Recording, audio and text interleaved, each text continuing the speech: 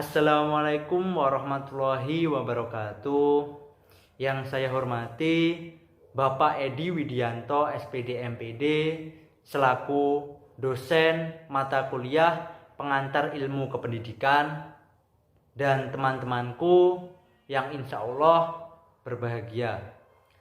Perkenalkan, nama saya Agis Ninurzaki.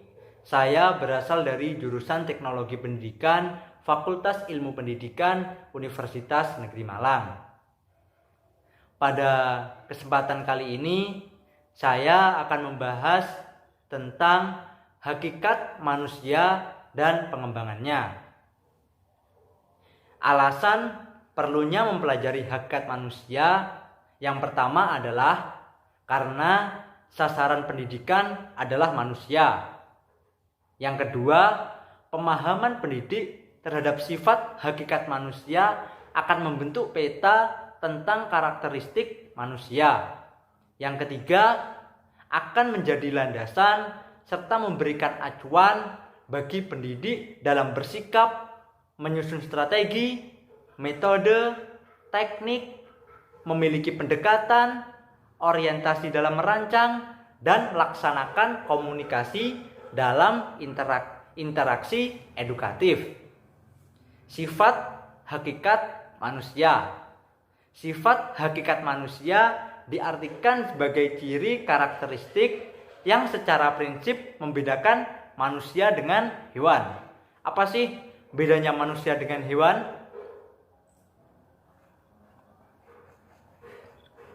Bedanya manusia dengan hewan, yang pertama, manusia melakukan sesuatu serta berinovasi, menciptakan metode dan lain-lain berdasarkan akal dan pikirannya.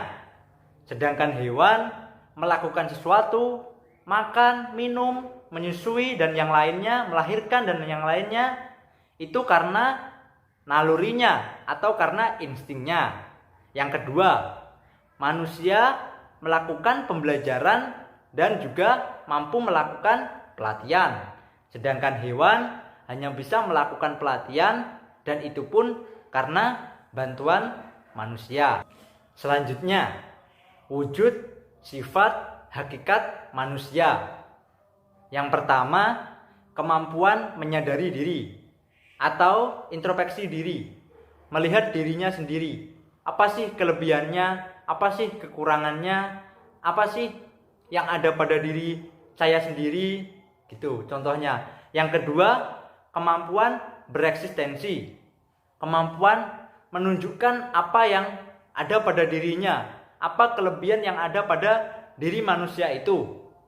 Yang ketiga, pemilikan kata hati, atau setiap manusia memiliki kata hatinya masing-masing. Yang keempat, yaitu moral atau etika, atau setiap manusia itu seharusnya memiliki moral atau etika agar dia dihormati dan dihargai oleh manusia yang lain. Yang keempat, kemampuan bertanggung jawab. Misal, saat saya diberikan sebuah tugas, saya melakukan tugas tersebut, mengerjakan tugas tersebut sesuai dengan perintahnya, tepat waktu. Itu namanya bertanggung jawab. Yang keenam, rasa kebebasan. Setiap manusia memiliki kebebasan berekspresi, kebebasan berpendapat, kebebasan untuk berbahagia, makan, minum, itu adalah kebebasan setiap manusia. Yang ketujuh, kesediaan melaksanakan kewajiban dan menyadari hak. Contoh misal, saya sebagai seorang mahasiswa, saya melaksanakan kewajiban saya, yaitu seperti halnya membayar SPP dan yang lainnya. Dan saya juga harus menyadari hak-hak saya. Hak-hak saya adalah belajar dengan tenang, boleh memanfaatkan fasilitas sesuai dengan aturan, dan memanfaatkan yang ada sesuai dengan hukum yang berlaku. Memanfaatkan semaksimal mungkin untuk kebaikan saya, untuk kebaikan orang tua saya, untuk kebaikan kampus saya. Tuh. Selanjutnya, kemampuan menghayati kebahagiaan.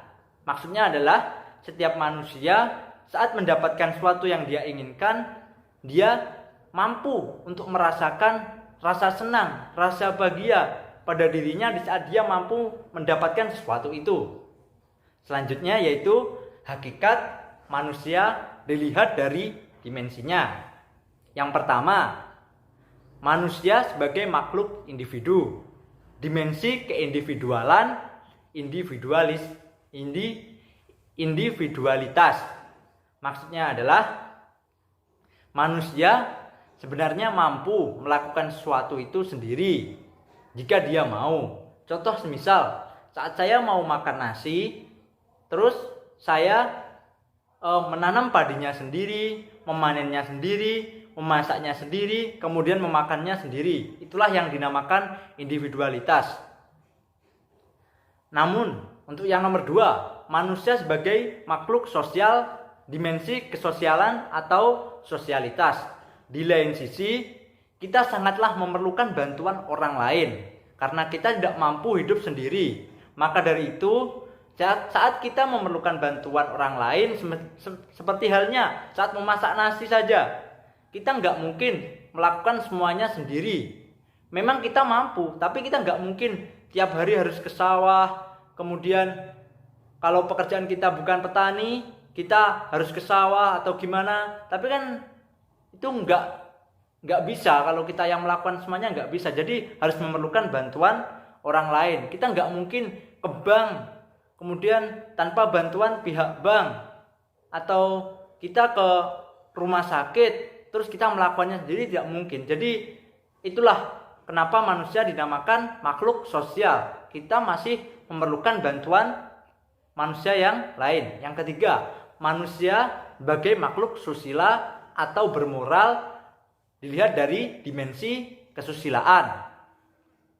Ada 4 norma yang harus ditaati oleh manusia. Yang pertama, norma agama. Norma agama adalah peraturan hidup yang diterima sebagai perintah-perintah, larangan-larangan, dan ajaran yang berasal dari Tuhan dan bersifat mutlak. Yang kedua, norma hukum. Norma hukum adalah peraturan mengenai tingkah laku manusia dalam pergaulan masyarakat dan dibuat oleh badan-badan resmi negara. Yang ketiga, norma kesopanan. Norma kesopanan adalah norma yang berhubungan dengan pergaulan manusia dalam kehidupan sehari-hari. Yang keempat, norma kesusilaan. Norma kesusilaan adalah peraturan sosial yang berasal dari suara hati nurani manusia. Dengan menaati norma kesusilaan, seseorang terlatih untuk membedakan hal yang baik dan yang buruk, sehingga menghindarkan masyarakat dari perbuatan yang tercela. Selanjutnya, manusia sebagai makhluk religius dilihat dari dimensi keberagaman. Pada dasarnya, setiap manusia itu memiliki keyakinan akan Tuhannya. Seperti halnya di Indonesia saja, ada 5 agama: Islam, Kristen, Hindu, Buddha, dan Konghucu. Setiap penganutnya memiliki keyakinan kepada apa yang dia yakini, kepada Tuhannya. Itu kenapa manusia dikatakan sebagai makhluk yang religius, dilihat dari dimensi keberagaman. Ya, mungkin itu saja yang dapat saya sampaikan. Jika ada salah kata, saya mohon maaf yang sebesar-besarnya. Billahi taufiq wal hidayah, wassalamualaikum warahmatullahi wabarakatuh.